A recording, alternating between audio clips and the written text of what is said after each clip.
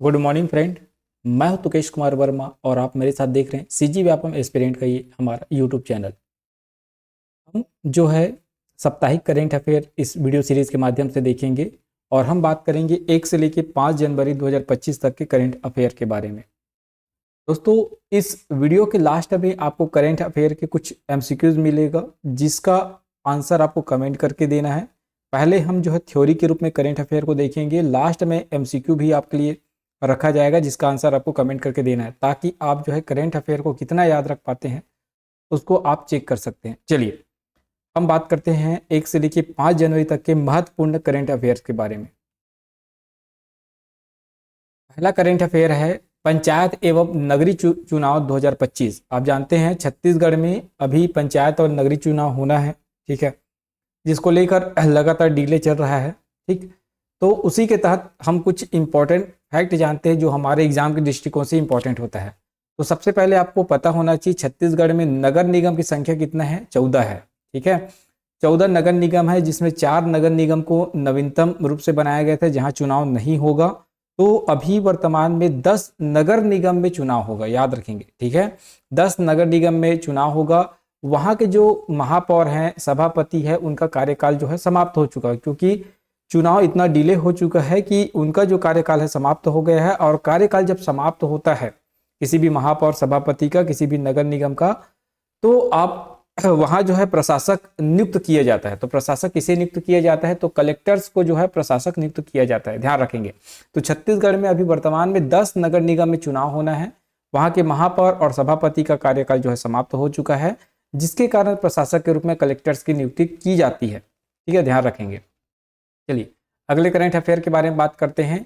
Major Dhyanchand Khel रत्न पुरस्कार 2024 खेल से संबंधित है, यहाँ से जो है क्वेश्चन देखने को मिलेगा। तो मेजर ध्यानचंद खेल रत्न पुरस्कार, अभी अर्जुन पुरस्कार भी दिया गया है, द्रोणाचार्य पुरस्कार भी दिया गया है, मेजर ध्यानचंद पुरस्कार भी दिया गया है। ठीक है, अभी हम बात करेंगे मेजर ध्यानचंद खेल रत्न पुरस्कार के बारे में, जिसमें 4 खिलाड़ियों को जो है पुरस्कार दिया जाएगा। डी गुकेश, आप जानते हैं अभी ये शतरंज चैंपियन बने शतरंज के। ठीक है, डी गुकेश, आप फोटो भी देख सकते हैं, डी गुकेश जी है। ठीक है, श्री हरमनप्रीत सिंह हॉकी के ये प्लेयर हैं। ठीक है, हरमनप्रीत सिंह जी, ठीक है, ये आप देख सकते हैं। उसके बाद श्री प्रवीण कुमार पैरा एथलेटिक्स से है ना, आप फोटो में देख सकते हैं। ठीक है, इनको भी मेजर ध्यानचंद खेल रत्न पुरस्कार दिया जाएगा। और श्री मनु भाकर को निशानेबाजी के लिए जो है मेजर ध्यानचंद पुरस्कार जो है से सम्मानित किया जाएगा, ध्यान रखेंगे। तो 4 व्यक्तियों को मेजर ध्यानचंद खेल रत्न पुरस्कार से सम्मानित किया जाएगा। चारों का नाम याद रखना है, डी गुकेश, हरमनप्रीत, प्रवीण कुमार और मनु भाकर। ये 4 खिलाड़ी ध्यान रखेंगे, 3 मेल है और 1 फीमेल। ठीक, चलिए छत्तीसगढ़ का पांडुवंशी इतिहास है ना, कुछ करेंट अफेयर में इतिहास अगर आता है तो उसको भी हम देखेंगे। तो आप जानते हैं कि कुछ लगातार रिसर्च होते रहता है, तो कुछ बातें जो है इतिहास को लेकर आता है ना, नवीनतम बातें, तो उसी को जो है न्यूज़पेपर में दिया जाता है। तो उसी से संबंधित एक इतिहास है पांडुवंशी इतिहास, जिसके बारे में हम जानते हैं। तो तीवर देव के बारे में विशेष रूप से इस में जो है बात किया गया। तो जानते हैं 2 इसका ताम्रपत्र हमको प्राप्त हुआ है, एक बलौदा से ताम्रपत्र प्राप्त हुआ है और दूसरा है राजिम से ताम्रपत्र, ध्यान रखेंगे। तो तीवर देव के 2 ताम्रपत्र, एक बलौदा ताम्रपत्र और राजिम ताम्रपत्र। आप ऐसे भी बोल सकते हैं कि पांडुवंश के 2 ताम्रपत्र बलौदा और राजिम से प्राप्त हुआ है। ठीक है, बलौदा ताम्रपत्र में तीवर देव को महाशिव तीवर राज के रूप में बताया गया है। ठीक है, तीवर देव का अन्य नाम क्या है, महाशिव तीवर राज के रूप में बताया गया है। महाशिव तीवर राज का जो है पांडुवंशी सकल कौशल नरेश नंददेव का पुत्र था। ठीक है, किसका पुत्र था, ये नंददेव का पुत्र था, याद रखेंगे, क्योंकि हम जानते हैं। ठीक है, इंद्रबल के 4 पुत्र होते हैं, है ना, तो उसी में होता है एक नंददेव का ही पुत्र होता है तीवर राज। ठीक है, तो राजिम ताम्रपत्र में तीवर राज को जो है कौशल के स्वामी के रूप में बताया गया, ध्यान रखेंगे। ठीक है, कौन सा ताम्रपत्र में, राजिम ताम्रपत्र में तीवर राज को कौशल के स्वामी कहा गया है, ध्यान रखेंगे। कभी एग्जाम में क्वेश्चन पूछा जाए कौशल के स्वामी कौन कहलाते हैं, तो तीवर राज, तीवर देव। ठीक है, इस पांडुवंश के जो पौर पुरुष है ना, जो सबसे प्रथम व्यक्ति है वो कौन है, उदयन। ठीक है, उदयन के बाद आप जानते हैं वंशावली चालू होता है। ठीक है, तो उदयन जो है पौर पुरुष है। नंददेव को पृथ्वीपति भी कहा गया, ध्यान रखेंगे। इस नंददेव को जो जिसका पुत्र कौन है, तीवर राज, तो नंददेव को पृथ्वीपति कहा गया है और तीवर राज को कौशल के स्वामी कहा गया है। ठीक है, ध्यान रखेंगे। जो तीवर राज है दक्षिण कोसल पर पूर्ण विजय प्राप्त कर ली थी, मतलब पूरा दक्षिण कोसल को जीत लिया था, ध्यान रखेंगे। और इसीलिए इसको सकल कोसलाधिपति कहा गया, क्योंकि ये आप जानते हैं उड़ीसा वाला क्षेत्र, छत्तीसगढ़ क्षेत्र को भी जीत लिए थे, इसलिए इसको सकल कोसलाधिपति कहा जाता है, ठीक है, याद रखेंगे। और इसके बेटे जो है उसको मंडलाधिपति कहा जाता है, ध्यान रखेंगे। तो इसको सकल कोसलाधिपति कहा जाता है। धर्म की बात करें तो ये परम वैष्णव धर्म को मानते थे। राज चिन्ह की बात करें तो गरुड़ इसका राज चिन्ह है, ध्यान रखेंगे। यहां से भी क्वेश्चन पूछा जाता है कि तीवर देव का जो धर्म क्या है ना, या कौन से है, किस धर्म को मानते हैं। तो ऐसा करके पांडु वंश से लगातार क्वेश्चन पूछा गया धर्म को लेकर, तो याद रखेंगे। तो परम वैष्णव धर्म के थे ये। राज चिन्ह की बात करें तो गरुड़ इसका राज चिन्ह है। पुत्र है इसका नंदराज द्वितीय बोल सकते हैं या महानंदराज द्वितीय, ध्यान रखेंगे, ठीक है, क्योंकि ये नंददेव का पुत्र था तीवरदेव और इसका बेटे का नाम होता है नंदराज, ठीक है, ध्यान रखेंगे। इसको मंडलाधिपति कहा जाता था, ठीक। चलिए, तो ये हो गया छत्तीसगढ़ के इतिहास के बारे में कुछ विशेष बातें जो आपको ध्यान में रखना है, क्योंकि इतिहास से रिलेटेड अगर कोई बातें आते हैं तो उसको मैं जरूर शामिल करूंगा, ठीक है। चलिए, अब हम बात करते हैं छत्तीसगढ़ में जो है लगातार अभी पदभार दिया जा रहा है, तो उसी में एक कड़ी और जुड़ता है कि अभी छत्तीसगढ़ राज्य लोक सेवा आयोग के जो सचिव के रूप में किसे नियुक्त किया गया है, किसे पद दिया गया है, तो आईएएस अभिषेक सिंह को जो है पद दिया गया है। छत्तीसगढ़ राज्य सूचना आयोग के सचिव के रूप में आईएएस नीलम नामदेव एक्का को नियुक्त किया गया है, ध्यान रखेंगे, ठीक है। चलिए, अब हम बात करते हैं विश्व ब्लिट्ज शतरंज चैंपियनशिप, है ना, विश्व ब्लिट्ज शतरंज चैंपियनशिप के बारे में ध्यान रखते हैं। ये हमारे लिए मोस्ट इंपॉर्टेंट है, क्योंकि भारत के 2 खिलाड़ी इसमें जो है पदक लेकर आए हैं, ध्यान रखेंगे। इसका विजेता को भी हम जानेंगे, ठीक है। तो महिला वर्ग में जो पदक लेकर आए हैं हमारे भारत में, तो वो है आर वैशाली। आर वैशाली आप फोटो में देख सकते हैं, आर वैशाली जो है कांस्य पदक लेकर आई है। और पुरुष वर्ग, एक्चुअल में पुरुष वर्ग नहीं है, ये महिला ही वर्ग है, ठीक है, ध्यान रखेंगे, पुरुष लिख गया है, तो याद रखेंगे। जो है दूसरी है कोनेरो हम्पी, है ना, कोनेरो हम्पी स्वर्ण पदक लेके आई है, देखो ये कोनेरो हम्पी है, ठीक है, और ये है आर वैशाली, ये दोनों जो है पदक लेकर आए हैं। एक जो है स्वर्ण पदक, ठीक है, एक्चुअल में ये स्वर्ण पदक होना चाहिए था यहाँ, ठीक है, यहाँ, तो याद रखेंगे महिला वर्ग में ही है दोनों। एक है कोनेरो हम्पी जो स्वर्ण पदक लेकर आई है, और दूसरा है आर वैशाली जिनको कांस्य पदक मिला है, ध्यान रखेंगे। दोनों का फोटो आप देख सकते हैं, ठीक है, ध्यान रखेंगे। तो विश्व ब्लिट्ज शतरंज चैंपियनशिप, ध्यान रखेंगे, तो इसमें 2 खिलाड़ी है, दोनों को पदक मिला है, एक कोनेरो हम्पी स्वर्ण पदक, एक आर वैशाली कांस्य पदक। छत्तीसगढ़ सरकार ने चावल उद्योग निर्यातकों को दी छूट, है ना, मतलब छत्तीसगढ़ जो सरकार है, चावल उद्योग और जो निर्यातक है, चावल जो खरीदने वाले हैं, ठीक है, उनको जो है छूट देने का फैसला लिया है, क्योंकि वो गैर बासमती चावल के निर्यात को बढ़ावा देना चाहते हैं, ठीक है, ध्यान रखेंगे। तो छत्तीसगढ़ राज्य सरकार ने चावल उद्योग को प्रोत्साहित करने के लिए निर्यातक को छूट देने का फैसला किया है, गैर बासमती चावल के निर्यात को बढ़ावा देने के लिए, ठीक है। जो चावल निर्यातक है उनको छूट दिया जाएगा। किसमें छूट दिया जाएगा? एक छूट दिया जाएगा मंडी शुल्क में, और दूसरा छूट दिया जाएगा कृषक कल्याण शुल्क में। पूरी तरह से छूट देने का निर्णय लिया गया है छत्तीसगढ़ सरकार के द्वारा, ध्यान रखेंगे, ठीक है। मंडी शुल्क और कृषक कल्याण शुल्क में छूट दिया जाएगा। हमारे छत्तीसगढ़ की एक बेटी जो है नर्सिंग ऑफिसर के रूप में जो है सिलेक्ट हुई है, ध्यान रखेंगे। तो लेफ्टिनेंट नर्सिंग अफसर, ठीक है, बालोद जिले के जमरुआ गांव के रहने वाली वीना साहू का चयन जो है लेफ्टिनेंट नर्सिंग अफसर के रूप में हुआ है, ध्यान रखेंगे। फोटो आप देख सकते हैं वीना साहू का, ठीक है। चलिए, शहर का, एक मिनट, शहर का पहला डाफलर राडार, आप फोटो में देख सकते हैं, ये है पहला डाफलर राडार शहर का। आईजीकेबी में लगाया गया है, इंदिरा गांधी कृषि विश्वविद्यालय रायपुर में इसको स्थापित किया गया है। स्थापित करने के पीछे कारण क्या है? इसको स्थापित करने से हमको रियल टाइम जो मौसम है उसकी सटीक जानकारी मिल पाएगा। 10 करोड़ की लागत इसमें लगाई गई है, ध्यान रखेंगे। और ये 250 से लेकर 300 किलोमीटर रेंज तक का जो है अपना कार्य ये करेगा, ठीक है। ये पहला डाफलर राडार है, ध्यान रखेंगे। इसके लगने से किसानों को बहुतायत में इसको फायदा मिलेगा, क्योंकि जो मौसम है ना, बरसात कब होगी, कब फसल लेना चाहिए, ठीक है, सबकी सटीक जानकारी हमको मिल पाएगा। तो किसान और अन्य लोगों को इसका फायदा मिलेगा, लेकिन इसका सबसे ज्यादा फायदा जो है किसानों को मिलने वाला है। तो ध्यान रखेंगे, किसान अन्य लोगों को इसका लाभ जो है मिलेगा, ठीक है। रियल टाइम मौसम की सटीक जानकारी ये प्रदान करता है, आईजीकेबी में लगाया गया है, ध्यान रखेंगे। 10 करोड़ की लागत इसमें लगाई गई है। अब हम बात करते हैं बीएड सहायक शिक्षकों के लिए राज्य सरकार ने बनाई कमेटी। आप जानते हैं सुप्रीम कोर्ट का फैसला आया है। सुप्रीम कोर्ट के फैसले के बाद में बीएड धारियों को जो है सहायक शिक्षक के पद में नहीं रखा जाएगा, ऐसा बात कही गई है, जिसके लिए लगातार बीएड जो हमारे साथी है वो लगातार जो है प्रदर्शन कर रहे हैं, जिसके कारण राज्य सरकार ने एक कमेटी बनाई है। इस कमेटी में 5 पदाधिकारी हैं, 5 सदस्य आप जान रखेंगे, जिसमें एक अध्यक्ष है। और अध्यक्ष किसको बनाया गया है? जो छत्तीसगढ़ शासन का मुख्य सचिव है उसको अध्यक्ष के रूप में इसमें नामित किया गया है, मतलब उसको पद दिया गया है। और सदस्य सचिव के रूप में सचिव स्कूल शिक्षा विभाग छत्तीसगढ़ शासन को, अन्य सदस्य है प्रमुख सचिव विधि विभाग, सदस्य है सचिव वित्त विभाग, और सदस्य हैं सचिव सामान्य प्रशासन विभाग। मतलब सामान्य प्रशासन विभाग के सचिव, वित्त विभाग के सचिव, विधि विभाग के सचिव, स्कूल शिक्षा विभाग के सचिव, ये जो है सदस्य है, याद रखेंगे। और एक अध्यक्ष है मुख्य सचिव, जिनको अध्यक्ष बनाया गया है, ध्यान रखेंगे। ठीक है दोस्तों।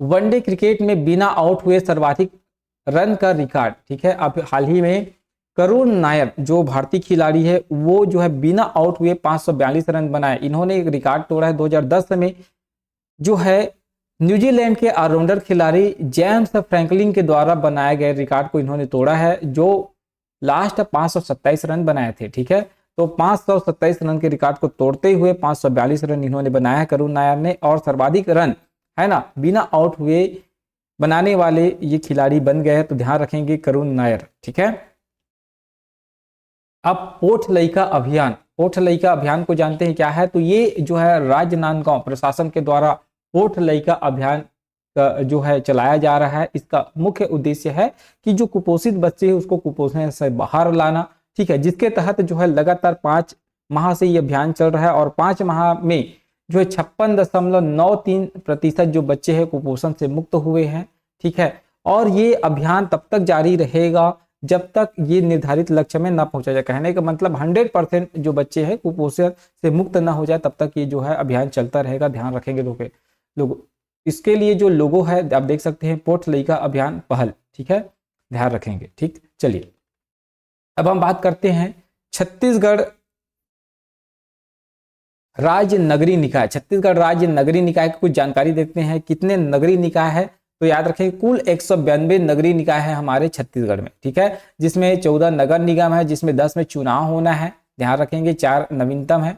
ठीक है, 54 नगर पालिका है, जिसमें कुछ नगर पालिका जो है अभी वर्तमान में बनाया गया है जनवरी से लेकर दिसंबर 2024 में। ध्यान रखेंगे नगर पंचायत बनाए गए हैं 124 नगर पंचायत। टोटल अगर हम बात करें सबको ऐड करेंगे तो 192 कुल नगरीय निकाय है।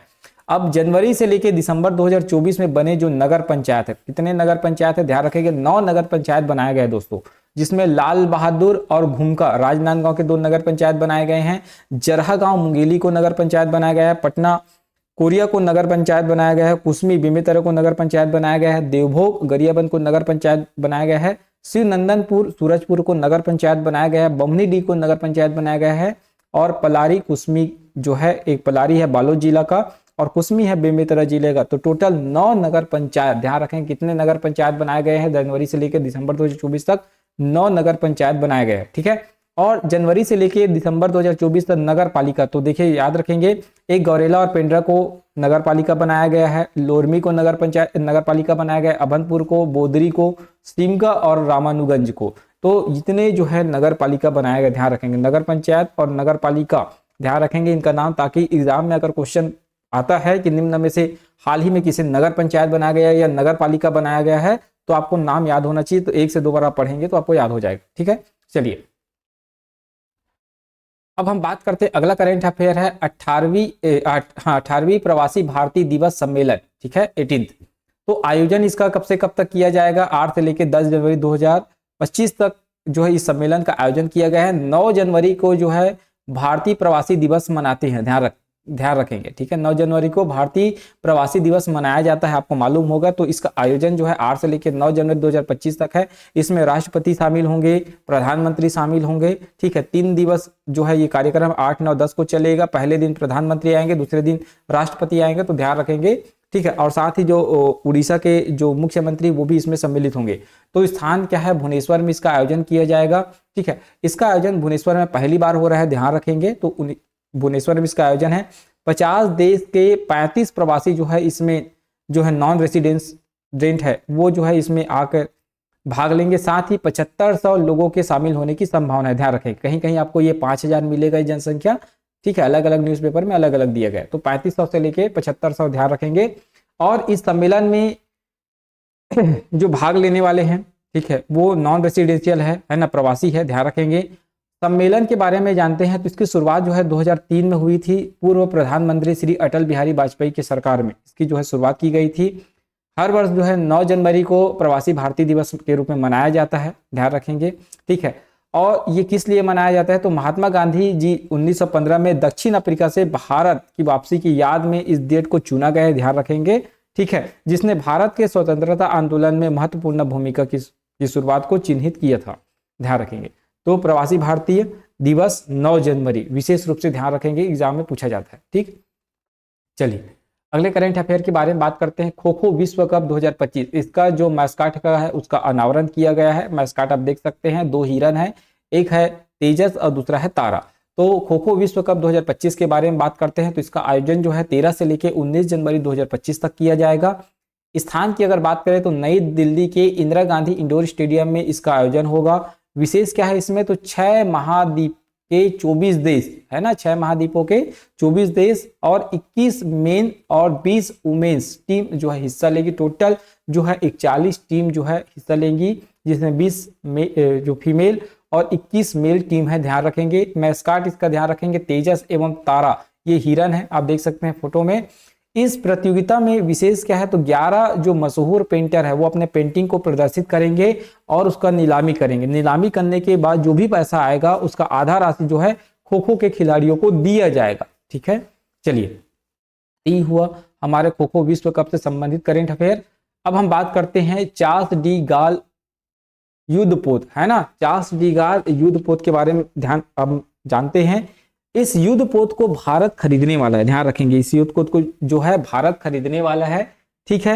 ये परमाणु ऊर्जा से चलने वाला युद्धपोत है, याद रखेंगे, पहला युद्धपोत है जो परमाणु ऊर्जा से चलता है। ये फ्रांस का युद्धपोत है, याद रखेंगे, 2001 में इसको कमीशन किया गया था, ठीक है। ये 10वां फ्रांसीसी विमान वाहक पोत है, ध्यान रखेंगे, 10वां, ठीक है। 2001 में इसको कमीशन किया गया था, परमाणु ऊर्जा से चलने वाला है। ये मिशन क्लेमेंस्क्यू 25 के तहत गोवा और कोच्चि बंदरगाह पहुंचने वाला है, याद रखेंगे, क्लेमेंस्क्यू 25 मिशन के तहत गोवा और कोच्चि बंदरगाह पहुंचेगा और इसका जो प्रशिक्षण है हिंद महासागर में किया जाएगा। उसके बाद इसको दक्षिण अफ्रीका भी भेजा जाएगा, ध्यान रखेंगे, ठीक है। तो भारत इसको खरीदने वाला है, चार्ल्स डी गाल युद्धपोत, ध्यान रखेंगे, फ्रांसीसी युद्धपोत है, फ्रांस से खरीदने वाले हैं, ठीक। चलिए अब हम बात करते हैं ग्रामीण भारत महोत्सव 2025। इस महोत्सव का उद्घाटन श्री नरेंद्र मोदी जी द्वारा किया गया है, ठीक है। इसका आयोजन जो है 4 से लेकर 9 जनवरी 2025 से किया जाएगा, ठीक है, मतलब ये शनिवार से प्रारंभ हो चुका है। विषय क्या है, विकसित भारत 2047 के लिए एक ग्रामीण भारत का निर्माण करना। इसका उद्देश्य है ग्रामीण बुनियादी ढांचे में मजबूती लाना, ग्रामीण जो अर्थव्यवस्था है उसको आत्मनिर्भर बनाना, ग्रामीण समुदाय में नवाचार को बढ़ाना, ठीक है। इसका एक प्रमुख उद्देश्य है। भारत मंडपम नई दिल्ली में इसका जो है आयोजन किया जा रहा है, ध्यान रखेंगे, ग्रामीण भारत महोत्सव 2025 4 से लेकर 9 जनवरी, ठीक। चलिए अब दोस्तों हमारे करेंट अफेयर से संबंधित कुछ एमसीक्यू देखते हैं जिसका आंसर आपको कमेंट करना है। आंसर कल जो अगला सप्ताह का करेंट अफेयर वीडियो आएगा उसमें मैं आपको उसका ही आंसर बताऊंगा, लेकिन इसका आंसर आपको कमेंट करना, आंसर मैं इसमें अभी नहीं बताने वाला, ठीक है। चलिए टेस्ट करते हैं कितना कमेंट आता है, कितने लोग इसको देखते हैं, कितने लोगों को ये पसंद आता है, ठीक है। तो जिसको अगर वाकई में करेंट अफेयर ध्यान होगा, जो पढ़ाया वो याद होगा, तो जरूर इसका आंसर आप कमेंट करेंगे। चलिए पहला क्वेश्चन है 2025 में मेजर ध्यानचंद खेल रत्न पुरस्कार से कितने एथलीटों को सम्मानित किया जाएगा। How many athletes will be honoured with the major Dhyanchand Khel Ratna award in 2025, ठीक है। 2 3 4 5, ठीक है। तो इसका आंसर आपको कमेंट करना है, जिसका सभी आंसर जो है सही होगा उसका अगले वीडियो में नाम बताया जाएगा, ठीक है। और मंथ के एंड में उनको कुछ पुरस्कार भी दिया जाएगा, ठीक है, ध्यान रखिएगा। चलिए वर्ल्ड ब्लिट्ज शतरंज चैंपियनशिप 2024 का खिताब किसने जीता।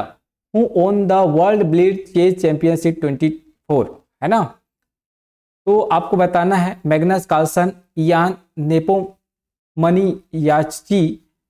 Magnus Carlsen, Ian Nepomniachtchi, Hikaru Nakamura. तो नाम आप थोड़ा सा पढ़ लेंगे, बहुत लंबा लंबा नाम है, ठीक है। तो ये 4 नाम है, आपको बताना है कि किसने जो है वर्ल्ड ब्लिट्ज शतरंज चैंपियनशिप का खिताब जीता।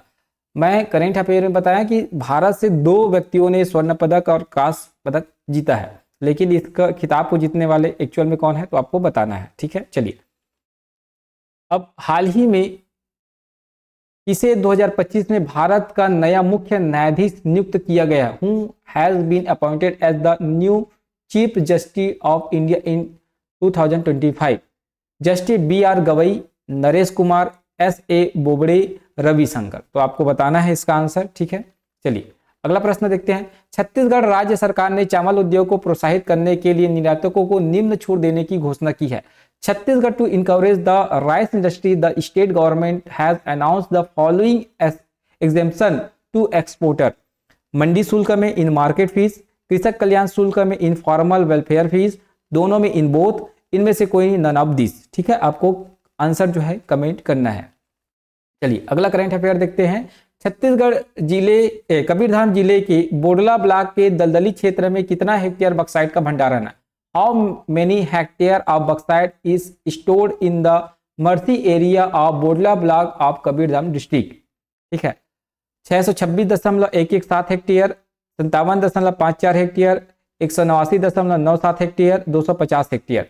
तो ये 5 करेंट अफेयर MCQs है जिसका आंसर आपको कमेंट करके बताना है। ये वीडियो कैसा लगा आप जो है कमेंट करके बताइएगा। अगर अच्छा लगा तो आप जो है चैनल को सब्सक्राइब कर सकते हैं, हमारे साथ जुड़े रह सकते हैं। बहुत जल्द आपको इंडियन पॉलिटी का जो है कंप्लीट M लक्ष्मीकांत बुक का जो है सीरीज आपको कराया जाएगा, जिसके लिए तैयारी चल रहा है। बहुत जल्द जो है चैप्टर वाइज वीडियो आपके लिए अपलोड किया जाएगा, ठीक है दोस्तों। आज के लिए बस इतना ही, धन्यवाद। अगर आप बने रहते हैं हमारे साथ, आपको बहुत सरल तरीका से जो है याद करते हुए जो है आपको सारे सब्जेक्ट जो है इसमें कंप्लीट कराया जाएगा। तो लगातार हमारे साथ बने रहेगा। समय जरूर लगता है, लेकिन आपको बेहतर कंटेंट जो है प्रोवाइड करने की कोशिश हम करते हैं। आज के लिए बस इतना ही, धन्यवाद।